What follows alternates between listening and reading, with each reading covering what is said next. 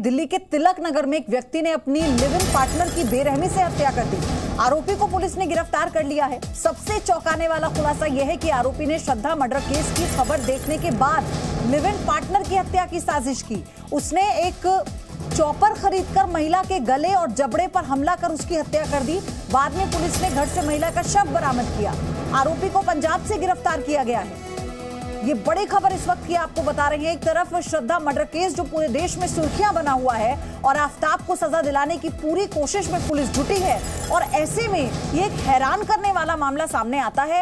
ये भी दिल्ली का मामला है, तिलक नगर इलाका। एक व्यक्ति ने अपनी लिव इन पार्टनर की बहुत बेरहमी से हत्या की है, और वो आफ्ताब ने जिस तरह से श्रद्धा को मौत के घाट उतारा, उसी से सीखते हुए उसने अपनी पार्टनर को बेरहमी से मार डाला। वो बकायदा एक चॉपर लेकर आया जिससे उसने उसकी गर्दन और जबड़े पर हमला किया और उसकी। ये सभी मछली किसानों को बेबी फिश सप्लाई करके महीने का 2 लाख कमा रहे हैं।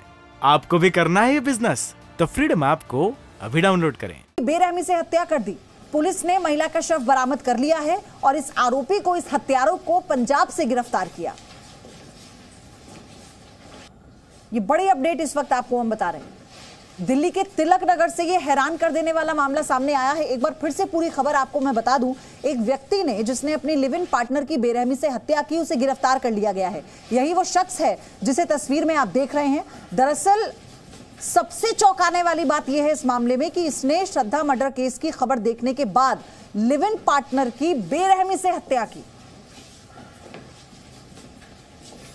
तो आप सोचिए, बाकायदा ये चॉपर खरीद कर लाता है और महिला के गले और जबड़े पर हमला करता है, जिससे महिला की मौत हो जाती है। महिला का शव बरामद हो चुका है। अब इस पर पूरी डिटेल हमारे सहयोगी प्रमोद शर्मा की रिपोर्ट बताएगी।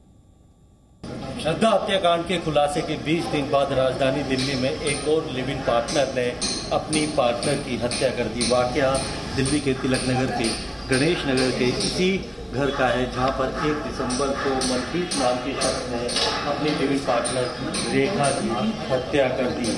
दोनों 2015 से इसी फ्लैट में किराए पर रहते थे। रेखा की 16 साल की बेटी भी है। वारदात वाले दिन मनप्रीत ने उसे नींद की गोली खिलाकर सुला दिया था, जिसके बाद हत्या की गई। पुलिस ने टेक्निकल सर्विलांस और सीसीटीवी की मदद से मनप्रीत को पंजाब से गिरफ्तार कर लिया है। मनप्रीत ने बताया कि उसकी शादी 2006 में हो गई थी, लेकिन 2015 में जब वो रेखा के संपर्क में आया तो दोनों लिविंग पार्टनर की तरह इस फ्लैट में रहने लगे थे। जिसके बाद 1 दिसंबर को कुछ ऐसा हुआ कि मनप्रीत ने रेखा की हत्या कर दी। पुलिस तो उसने बताया कि उसने एक चापड़ भी खरीदा था और वो रेखा के टुकड़े करना चाहता था, लेकिन पकड़े जाने के डर से वो यहाँ से फरार हो गया था। दिल्ली पुलिस की क्राइम ब्रांच ने पंजाब से उसे गिरफ्तार कर लिया है और फिलहाल उससे पूछताछ की जा रही है। लेकिन एक बार फिर राजधानी दिल्ली में एक लिव इन पार्टनर ने अपनी जो पार्टनर है उसकी हत्या कर दी। बड़ी बेरहमी से हत्या कर दी। उसके जबड़े पे वार किया गया था और भी कई बार किए गए थे, और लाश के टुकड़े टुकड़े करके वो उसे ठिकाने लगाना चाहता था। लेकिन क्योंकि जो रेखा है उसकी 16 साल की बेटी है, उसे शक हुआ और उसने पुलिस को इस बात की जानकारी दी। जिसके बाद पुलिस ने आकर यहाँ पर देखा तो जो रेखा है उसकी बॉडी यहाँ पर पड़ी हुई थी, और फिर पास में लगे हुए तमाम सीसीटीवी और टेक्निकल सर्विलांस की मदद से दिल्ली पुलिस की क्राइम ब्रांच ने मनप्रीत को पंजाब से गिरफ्तार कर लिया है और इस पूरे मामले की अब जांच की जा रही है। प्रमोद शर्मा, जी मीडिया, दिल्ली। तो हालांकि आरोपी पुलिस की गिरफ्त में आ चुका है। पंजाब से उसे गिरफ्तार किया गया। अब इस पूरे मामले पर मकान मालिक ने क्या कहा है वो सुनिए। इनको तकरीबन 8 साल हो गए यहाँ रहते हुए। जब ये आए थे, ये किसी और इंसान के साथ आई थी, बोल के कि ये मेरा हस्बैंड है और इनके साथ एक छोटी बच्ची थी कि ये हमारी बेटी है। तो हमने इनको किराए पे मकान दे दिया, और इनके हस्बैंड जो भी बनकर आए थे उन्होंने ये बोला था कि मैं तो बाहर ही रहता हूँ, मेरा कोई फूलों का कुछ काम है तो मैं कम आऊँगा, ये लोग दोनों ही रहेंगे। लेकिन वो तो शुरू से ही आए नहीं। उसके बाद मनप्रीत हैं जो वो आते जाते थे यहाँ पर। जब ऐसे कुछ केस वेस होने लगे, यहाँ पुलिस वगैरह आने लगी थी कुछ महीने के बाद, तो फिर हम लोगों ने इनको 11 महीने के बाद बोला कि आप मकान खाली कर दीजिए, हमको कंटिन्यू नहीं करना है। तो इन्होंने खाली नहीं किया मकान। उसके बाद फिर हमारा केस चल रहा है, 7 साल हो गए हैं। अपील भी डाली थी इन्होंने 3 साल के बाद, तो वो भी ख़त्म हो गई है अभी। तो उसके बाद बस हमें ये पता चला 2 दिन पहले कि उनका मर्डर हो गया। तो प्रमोद शर्मा इस वक्त मेरे सहयोगी हमारे साथ जुड़ चुके हैं। प्रमोद, इस पूरे मामले में सबसे बड़ा खुलासा ये है कि ये जो आरोपी है इसने श्रद्धा मर्डर केस से पूरी साजिश को अंजाम दिया, उससे सीख लेकर।